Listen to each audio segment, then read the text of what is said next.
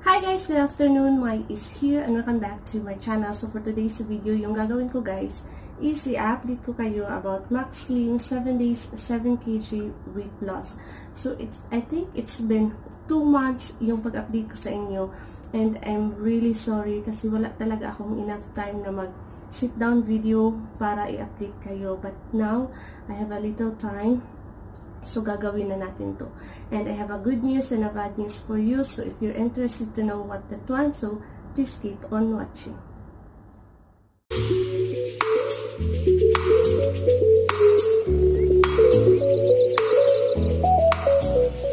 Okay guys, I'm back. So, yun na nga. I have a good news and a bad news sa inyo. So, we just have 3 bottle. And yung natitira na lang sa pang-last na bottle is 4 capsule na lang. So, good for 2 days na lang siya. Kasi 2 capsule a day yung iniinom ko. So, yun na nga guys. Puntahan na natin yung bad news.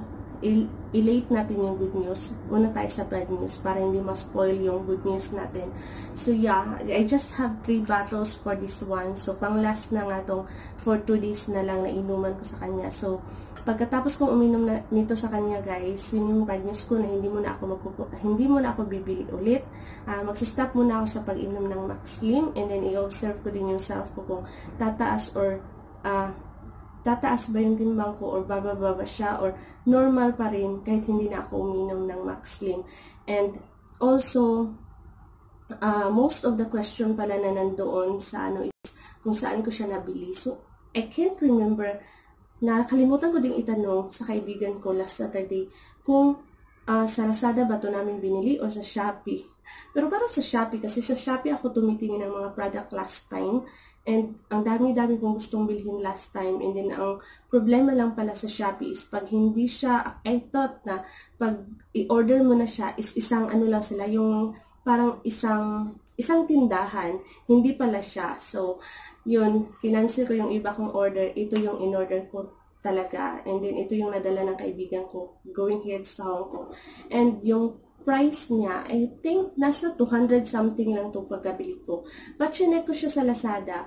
Mayroong 200 something, mayroong 300, and pati rin sa Shopee. Ganun din yung price niya. So, i-check nyo lang guys. If you're really interested na uminom nito, mag-try nito. So, mayroon siya sa Shopee at saka sa Lazada. And, ano pa ba yung question doon? Sa side effect niya, wala pa rin nagbago. Ganun pa rin siya. So, iniinom ko siya after breakfast ko. Mga 30 minutes after breakfast ko, yung iniinom ko. Tapos yung result niya na I'm going to the toilet, mag-rush ako sa toilet. Ganun pa rin siya, walang nagbago. And even nung uminom ako, pag ininom ko siya nung morning, after breakfast, ganun yung result niya. Pero pag ininom ko naman siya before bedtime, pagkagising ko ng umaga, I really need to rush to the toilet kasi yun yung labas ng dumi ko. So, I think mas maganda if you're working and you drink it before bedtime. So, para isang bagsakan lang kasi pag morning kasi last time is mayroon talaga na after lunch mo is doon mag-rush ka sa toilet. And ano pa ba yung question doon? Yeah, hindi pala yung sabi na uminom daw siya nito at hindi nag-continue yung yung menstruation niya. I'm not really sure if dahil sa Max Slim kasi ako, yung buwan ng dalaw ko is hindi siya continue. Ano tawag ba nun? Ngayong month, wala. Next month, mayroon. So, hindi ako masyadong nag-alala about my menstruation dahil dito sa Max Slim. And then, sumasakit yung ulo, hindi ko siya naranasan. Normal lang talaga. Yun yung punta ko lang talaga ng toilet na mayroon pag na nagsusuka siya, hindi ko rin siya naranasan. So, hindi ko yung naranasan ng mga side effect. So, i-observe nyo lang yung sarili nyo. If iinom kayo nito at maramdaman nyo yun, and if mag-continue pa siya Like, if you drink today, di naramdaman nyo na, so give a chance for tomorrow.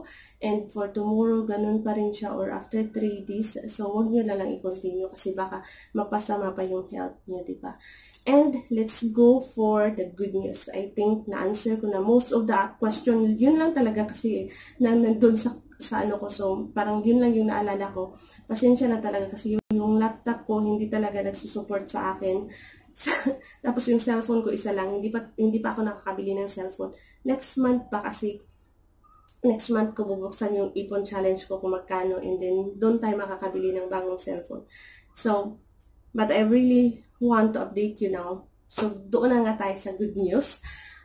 Ang good news, guys, is I'm really happy kasi kahit hindi ko siya continue na nainom itong 3 bottles, or I mean, nainom ko yung 1 bottle, tapos nag-stop ulit ako ng mga, I think 1 week, tsaka ko ininom yung second bottle, tapos yung second bottle, uminom ako sa kanya, and then ganun din yung naging style na 2 weeks, 1 week, hindi ako makakontinue ng pag-inom. Tapos, itong sa third bottle ko, nagkasakit ako. Hindi na nagkasakit ako dahil nito. Nagkasakit ako kasi nagkalagnat ako, nagka-flu ako, guys. So, I really need to drink antibiotic kasi ayaw magbaba ng lagnat ko. Then, nag-stop ako sa kanya. I think 3 weeks yung pag-stop ko sa kanya. Then, nakakalahati na ako sa kanya. Tsaka ko siya na-continue. So, yun din yung parang naging late ko talaga na pag-update sa inyo kasi hindi siya continue yung pag-inom ko. But yes, dahil din doon, kaya siguro na nagdagdagan yung bawas ng timbang ko. Naging ano na siya, naging 65 yung timbang ko. So, I'm really happy kasi from the start na nag-start ako sa pag-inom nito Maxlim, yung timbang ko talaga is nasa 71-73 yung pagitan nila na minsan 73, minsan 71, ganyan. Hindi talaga siya bumababa. But no, uminom ako sa kanya, nag-start siya na nag-69, 68, 67, 66, and then 65. So, isipin mo, 63, 73, or sabihin na natin 71. So, 71, 70, 69, 68, 67, 66, 65. So, may 7 kilos ako. Hindi man siya continue in 1 month, or masabi natin yan in 1 month, hindi siya continue na nabawas yun sa akin. But I'm really, really happy with the result, guys. Kasi, bihira lang, di ba, wala akong exercise. Hindi ako minsan nagko-control ng food ko. Minsan, sa rice intake ko talaga, ano lang siya, lunch lang ako nakakain. Minsan may dinner na nakakakain ako kung yung food namin is fried rice. So, wala akong choice na hindi kakain ng rice kasi wala akong food for dinner. So, yun yung ano ko, guys. Kakain ako ng lunch. Minsan wala ding rice, minsan noodles. Tapos yung dinner ko, ganun din. Tapos yung breakfast ko is always talaga na tinapay lang siya. And minsan, pag nag-cheat day ako, kakain ako ng rice pag ako lang dito sa bahay. But, may ano talaga yung parang nakokontrol ko na siya. And then yung tiyan ko is na nagre-reklamo na talaga siya, guys, na yung bang, yung dati, yung amount ng food na kinakain ko, parang hindi pa siya enough. But, today, masasabi ko talaga, guys, na yung appetite ko is pinuputol niya. Yung pag nakakalhati ko na, or minsan na ano ko na yung kain ko, nagre-reklamo na yung tiyan ko na busog na ako. So, yun yung nakakaganda, yun yung nakakaano ng result nito sa akin. And also, nakasupport din talaga yung pag-inom ko ng 8 glasses every day. Yung paggising ko sa umaga, inom ako ng tubig. Before ako kakain, inom ako ng tubig hanggang makomplito ko yung 8 glasses of water. Yun, nakadagdag din yun sa akin sa pagbabawas ng timbang ko. So, I don't know if naano nyo. So, most of my friends sa church, they are really amazed sa result, and they're really saying sana i-continue ko daw kasi ang problema ko talaga dati is yung tiyan ko, na feeling ko na pag ba'y tumitingin sa akin, parang sinasabing buntis ba to kasi malaki talaga yung tiyan ko. But, yeah, they say na maliit. Nabawasan talaga yung ano ko, guys. Nabawasan talaga yung timbang ko. Nabawasan yung parang size ng katawan ko. So, may nagsabi din na bakit hindi ako naglalagay ng picture. So, gusto kong maglagay. I'm just worried na makita ng amo ko tapos makita niya na naghubad ako, guys. So, for safety lang tayo. And also, sa timbang, doon nga kay nag-grand baka ako nagtitimbang. So, hindi ako makapicture kasi nahihiya ako. Kasi nakatingin sila lahat while nagtitimbang ako. Kasi alam nila na nagda-diet ako. Alam nila na hindi ako kumakain ng rice. So, they're expecting also na magbaba yung timbang ko. Sabi pa nga nila, bakit ako nagda-diet? Okay lang naman daw yung katawan ko.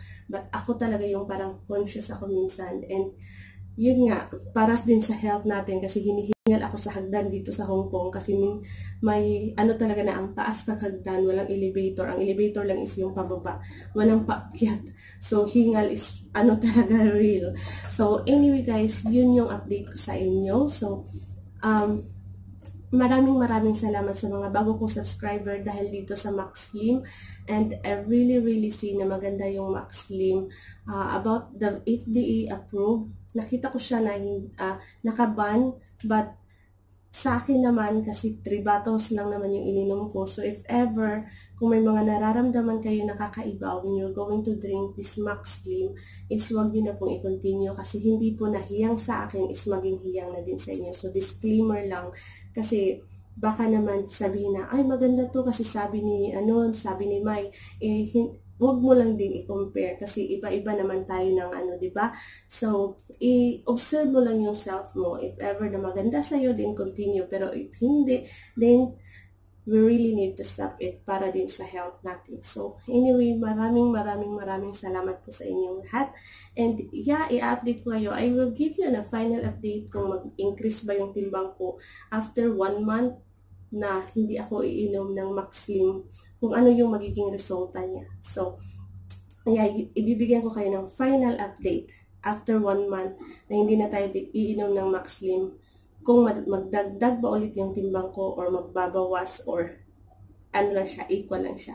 But for now, I will say bye-bye for all of you and thank you so much. So please give me a thumbs up if you like my video, subscribe if you haven't yet, and also press the bell button so that every time I have a new video, you will be updated. So thank you so much for watching and I love you also. I hope this update is nakatulong sa inyo. So if you have any question, just put it in the comment section down below. And pasensya na talaga kung hindi ko diretso na answer or I'm just giving a heart kasi yung